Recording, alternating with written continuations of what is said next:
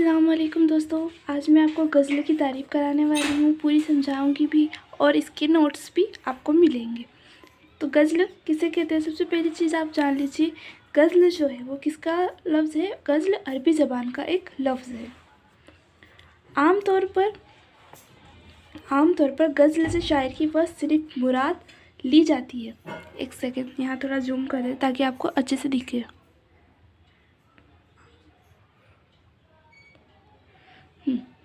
आमतौर पर गज़ल से शायर की वह सिर्फ मुराद ली जाती है जिसमें औरतों से या महबूब से बातें की गई हो। यानी कि गज़ल क्या होती है? वो होती है जिसमें क्या बताया जाता है, यहाँ पर औरतों या फिर महबूब से बातें की जाती है। गोया कि बुनियादी तौर पर गज़ल की शायरी आशिकियाँ शायरी, यानी गज़ल की शायरी कैसी शायरी होती है? आशिकियाँ शायरी। इसमें आशिकाना मज़ामीन होते हैं। आशिकाना मज़ामीन और गनायत गज़ल की खास पहचान, यानी कि गज़ल की पहचान किसी से की जाती है? आशिकाना मज़ामीन से। लेकिन आहिस्ता आहिस्ता गज़ल में दूसरे मज़ामीन भी दाखिल होते गए हैं।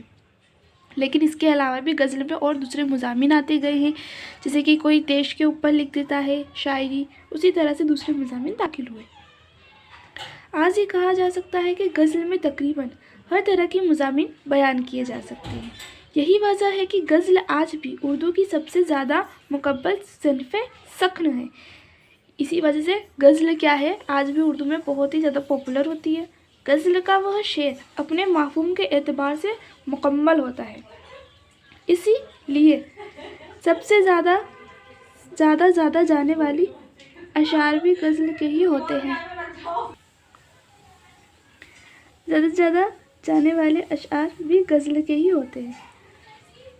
जिस तरह गज़ल में मज़ामीन की कैद नहीं, इसी तरह अशआर की तादाद भी मुकर्रर नहीं होती, यानी कि इसमें मज़ामीन की कैद नहीं होती, यानी कि इसमें हर तरह के मज़मून पर लिखी जा रही है। इसी तरह इसमें अशआर की तादाद भी मुकर्रर नहीं है, यानी कि इसमें कितने भी अशआर, कितनी भी ज़्यादा लाइनें हो सकती है। गज़ल में आम तौर पर 5 या 7 शेर होते, लेकिन कई गज़लों में ज़्यादा अशआर भी मिलते। कभी कभी एक ही हज़्र, एक ही बहर और रदीफ़ व काफ़ी शायर एक से ज़्यादा गज़लें कह देता है। इसी को 2 गज़ला या शाह गज़ला और 4 गज़ला कहा जाता है। गज़ल का पहला शेर जिसके दोनों मुसरे हम काफ़ी हो, मतला कहलाते। गज़ल का जो पहला शेर होता है उसके दोनों मुसरे कैसे होते हैं? हम काफ़िए होते, यानी कि पहले में अगर है आया और आखिरी में भी है आया है ना, फर्स्ट और सेकंड लाइन के आखिर में है आया है, तो वो कैसे होते हैं? हम काफ़ी होते हैं, और वो क्या कहलाते हैं? मतला कहलाते हैं। गज़ल में एक से ज़्यादा मतले भी हो सकते हैं। गज़ल बगैर मतले की भी हो सकती है, यानी कि ज़रूरी नहीं कि गज़ल में मतला हो। गज़ल का आखिरी शेर जिसमें शायर अपना तखल्लुस इस्तेमाल करता है, इस शेर को हम मक्ता कहते हैं। कभी कभी मतला या गज़ल के दरमियान भी किसी शेर में शायर अपना तखल्लुस इस्तेमाल कर लेता है, यानी कि पहली लाइन और आखिरी लाइन के अलावा भी वो शायर किसी में भी अपना नाम इस्तेमाल कर सकता है, लेकिन ऐसे शेर को मक्ता नहीं कहेंगे। मिसाल के तौर पर मीर तहरीकी मीर का ये मसला, यानी कि यहाँ पर मिसाल भी दे रखी। क्या? फिर मौज हुआ पहचान ए मीर नज़र आई, शायद के बाहर आई जंकीर नज़र आई, यानी कि यहाँ पर आखिरी मुसरे से पहले ही उन्होंने क्या करा है? अपना नाम इस्तेमाल कर लिया है, तो इसको हम क्या कहेंगे? इसको मक्ता नहीं कह सकते। अगर वो आखिरी में इस्तेमाल करते तो क्या होता? ये मक्ता कहलाता। गज़ल का सबसे अच्छा शेर बैतुल गज़ल या शाह बैत कहलाता है, जिस गज़ल में रदीफ ना हो और शेर काफ़ी पर ही ख़त्म हो जाए, इस गज़ल को गैर मुरत्तब गज़ल कहते हैं।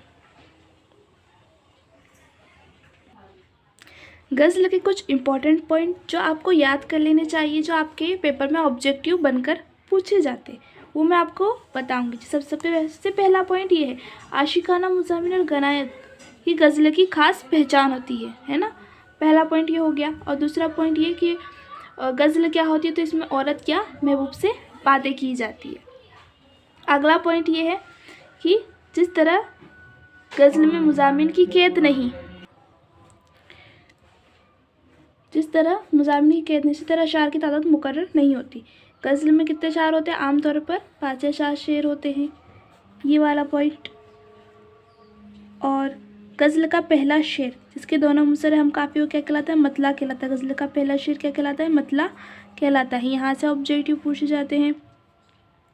और एक और ऑब्जेक्टिव आपका पूछा जाता है यहाँ से, गज़ल का वो आखिरी शेर जिसमें शायर अपना तखल्लुस इस्तेमाल करता है क्या कहलाता है? मक्ता कहलाता है। और गज़ल का सबसे अच्छा शेर बैतुल गज़ल या शाबेद कहलाता है। ये कुछ इम्पोर्टेंट पॉइंट है जो मैंने आपको यहाँ पर बताई। यहाँ से आपके बोर्ड एग्ज़ाम में ऑब्जेक्टिव हर बार पूछे जाते हैं, कहीं ना कहीं से या तो आप घुमा के पूछता है या फिर सीधे सीधा पूछ लेता है। तो इनको अच्छे से तैयार कीजिएगा। गज़ल की तारीफ़ आपके लिए मोस्ट इम्पॉर्टेंट है, इसको अच्छे से तैयार कीजिएगा।